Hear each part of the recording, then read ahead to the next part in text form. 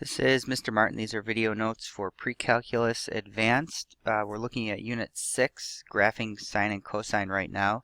And this is our first example that we're going to look at for graphing a sine function.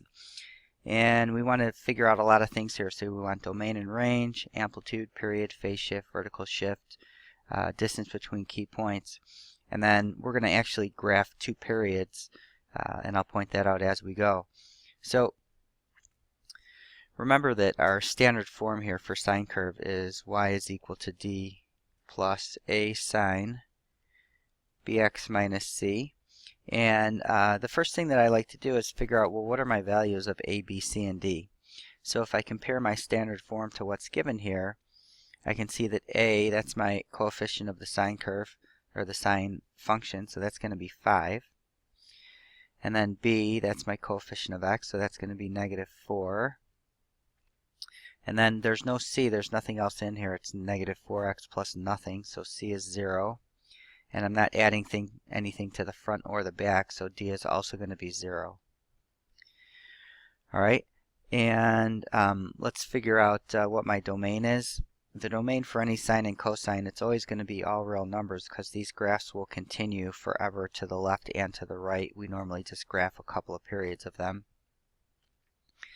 And then before we do the range, let's go to the amplitude. Remember, the amplitude is calculated by the absolute value of a. And since a was 5, I know that my amplitude is going to be 5. So what that means is, since there's no vertical shift, since d is 0, okay, we could look at that over here. Since d is equal to 0, we know that since the amplitude is 5, the highest value it's going to reach is 5. And the lowest value it's going to reach is negative 5. So my range is going to be all values that are between 5 and negative 5. Okay, and it can equal negative 5 and 5, so that's why I've got the equals there. Alright, and then my period, if you remember from the previous video, is 2 pi divided by b, and we always want the absolute value of that. So that's going to be 2 pi divided by negative 4, or pi over 2. So that means every pi over 2 we're going to get a repeating cycle. Remember, a cycle of the sine curve looks something like this. So every pi over 2 we're going to get a repeating part. So that's a lot narrower than when we just graphed sine of x, because sine x repeated every 2 pi. So it repeated 4 times less than this graph is going to repeat. Alright, our phase shift, again, if you recall from the previous video, is c over b. So c is 0, b is negative 4, so that's going to be 0. We've got our vertical shift, and then our distance between key points, you'll see how we'll use this in a minute. That's our period divided by 4. So that's pi over 2 divided by 4, which is pi over 8, because this is really 4 over 1. When we multiply by the reciprocal, we'll do pi over 2 times 1/4, which is pi over 8. Alright, so next what I like to do is to make a little chart of 5 key points. Okay, and when I say key points, remember this is our distance between key points, so we're going to use this to help us. And if you remember, we made a note, the phase shift is also going to help us when we're graphing. So typically the first value that we use for our x value is going to be our phase shift. So if I had a phase shift here, that's what I would put over here, but now it's just going to be 0. Alright, and then I know to get to my next key point, I just have to add what my distance between key points is. So if I'm starting at 0, my next key point is going to be at pi over 8. And then normally I just like to count by that distance between key points and reduce as necessary. So this is 1 pi over 8.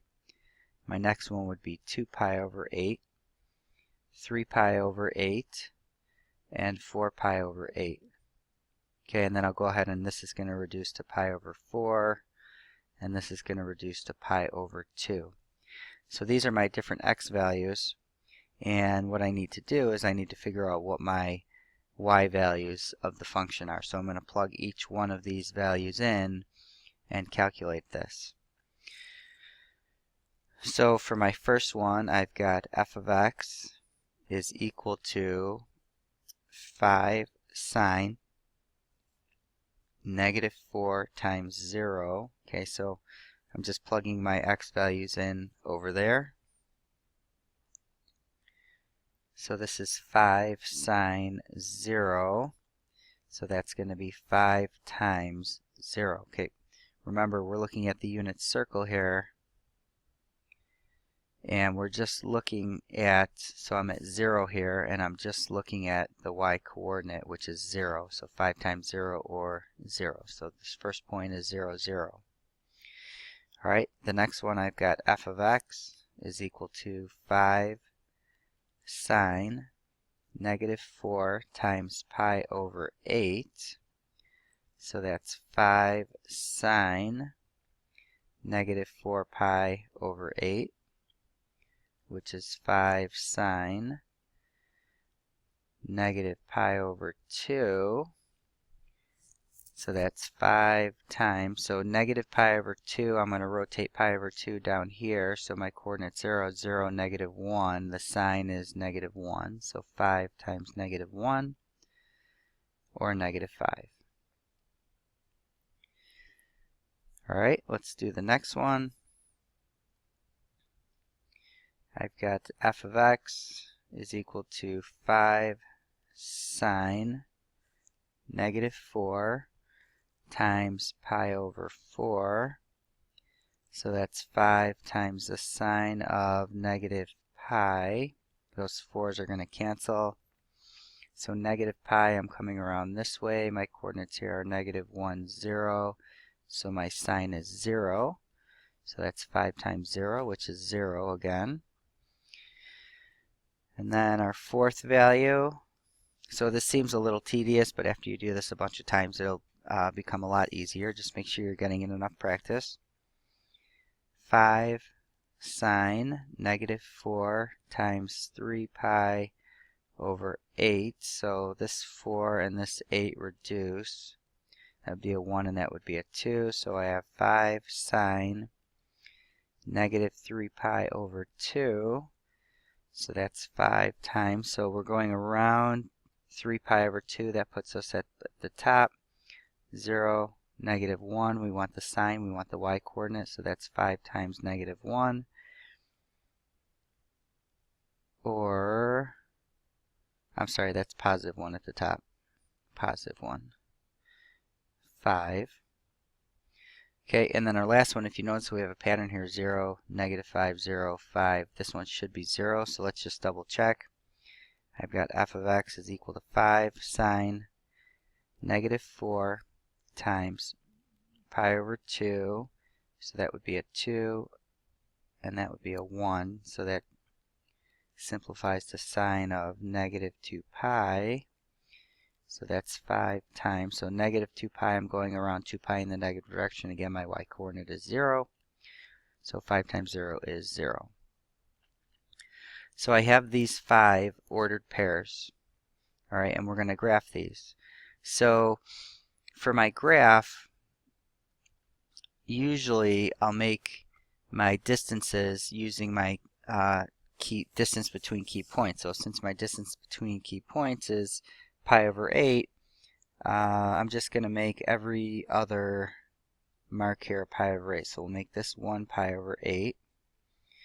And then this would be 2 pi over 8, which reduces to pi over 4.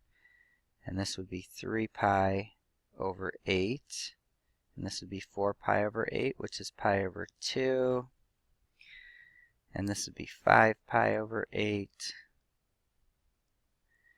And then 6 pi over 8 is 3 pi over 4. 7 pi over 8. And we'll go one more, 8 pi over 8, which is just pi. Alright, and then we need to graph these values. So my first value was 0, 0. Okay, and then I had pi over 8, negative 5. So negative 5 is down here. And then I had pi over 4. Pi over 4 is 0. So there's another point there. 3 pi over 8, that was up at 5. and pi over 2, that was back at 0. So I've got these 5 points, and I'm going to use these to draw in one cycle. Okay, we'll always get one cycle from these 5 points. And now that I see what the pattern is, I can just repeat this again. So I was at 0, -5, 0, +5, 0. That means my next point has to be at -5, then back at 0, then up at 5, and then back at 0. So I can continue with my curve. And there I have, so this is 2 periods of y equals 5 sine -4x. Okay, so again, it seems like a tedious process, but once you do it a few times, you'll get the hang of it.